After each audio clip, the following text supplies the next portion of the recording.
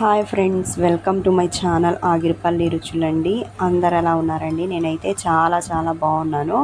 ఈరోజైతే మన ఛానల్లో రెసిపీ వచ్చేసి చేపలండి, చేపల కర్రీ అనమాట. చాలా సూపర్గా ఉండేలాగా అయితే నేనైతే పల్లెటూరి స్టైల్లో అయితే చెప్పేస్తానండి.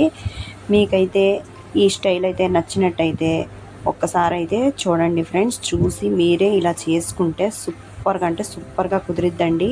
అస్సలు ఒక్క ముక్క వేసుకున్న వాళ్ళు మళ్ళీ అడుగుతారనమాట. ఇంకా ఇలాగే చేయమంటారు. ఒక్కసారి తింటే అస్సలు ఎంత టేస్ట్ ఉంటుందండి. మనం ఇంట్లో మన చేతులతో ఇలా శుభ్రంగా నీట్గా చేసుకుంటే అస్సలు ఎవరైనా సరే మళ్ళీ అడుగుతారండి. అంత టేస్టీగా ఉంటుంది అనమాట.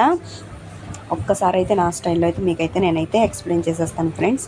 ఫస్ట్ అయితే ఒక ప్యాన్ అయితే తీసేసుకుందామండి. అందులోకి అయితే చేప ముక్కలన్నీ నీట్గా వాష్ చేసేసుకొని ఇలాగైతే వేసేసుకోండి ఫ్రెండ్స్.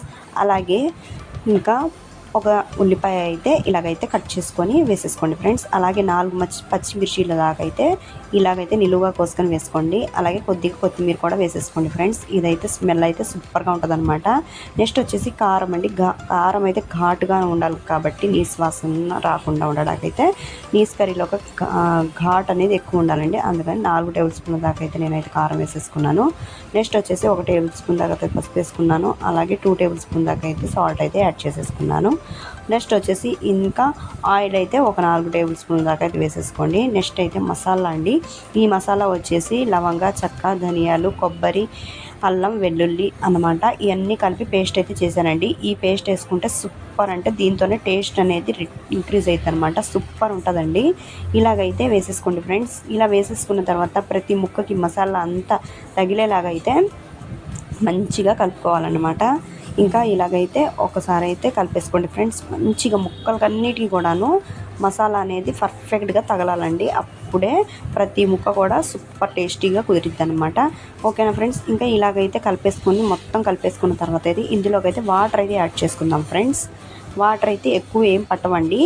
ఒక ముక్క మునిగే వరకు అయితే వేసుకుంటే సరిపోతుంది అనమాట. సూపర్ అంటే సూపర్గా పర్ఫెక్ట్గా నేను చెప్పిన ప్రతి ఒక్క కొలతతో చేస్తే ఎంత టేస్ట్గా ఉంటుందండి. ఇప్పుడైతే స్టవ్ వెలిగించేసుకొని స్టవ్ మీద అయితే పెట్టేసుకుందాం ఫ్రెండ్స్. ఓకేనండి. ఇంకా స్టవ్ వెలిగించి పెట్టేసుకున్నాం కదా. ఒక్క 5 మినిట్స్ తర్వాత అయితే చూసుకుంటే మంచిగా ఆయిల్ పైకి తేలుతూ ఎంత పర్ఫెక్ట్గా ఉంటుందండి. చూసారా? ఈ స్మెల్ వస్తుంటేనండి ఎంత తినని వాళ్ళైనా సరే చేపల కర్రీ తింటారనమాట. అంత బాగుంటుందండి. ఈ స్మెల్ అయితే మనం వండుతూ ఉన్నప్పుడే దాదాపు ఒక 10 ఇళ్ళ దాకా అయితే వెళ్ళిపోతుంది. ఆ టేస్టు, ఆ స్మెల్ చూస్తుంటేనే నోరు ఊరిపోతూ ఉంటుందండి. అంత పర్ఫెక్ట్గా ఉంటుందన్నమాట నేను చెప్పిన స్టైల్లో మీరైతే చేసుకుంటే. ఓకేనా ఫ్రెండ్స్? నేను చెప్పిన స్టైల్ అయితే మీకు నచ్చినట్టయితే లైక్ చేయండి, షేర్ చేయండి, అలాగే కామెంట్ కూడా చేయండి ఫ్రెండ్స్. ఇంకా ఎవరైనా సబ్స్క్రైబ్ చేసుకోకపోతే సబ్స్క్రైబ్ చేసుకోండి. అలాగే సబ్స్క్రైబ్ చేసుకున్న తర్వాత బెల్ బటన్ వస్తుంది కదండి పక్కన, దాన్ని అయితే ఆన్లో పెట్టుకోండి. నేను చేసే ప్రతి ఒక్క వీడియో మీకు నోటిఫికేషన్గా మీ దాకా వస్తుంది అనమాట. ఓకేనా friends? Thank you for watching friends.